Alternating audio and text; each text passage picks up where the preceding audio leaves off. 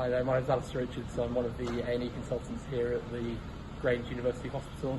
I'd like to take the time to welcome you to the Grange University Hospital and remind you of the options available to you when you're seeking emergency care. The main emergency department here at the Grange University Hospital in the Specialist Critical Care Centre is for life-threatening emergencies such as heart attacks, strokes, major trauma.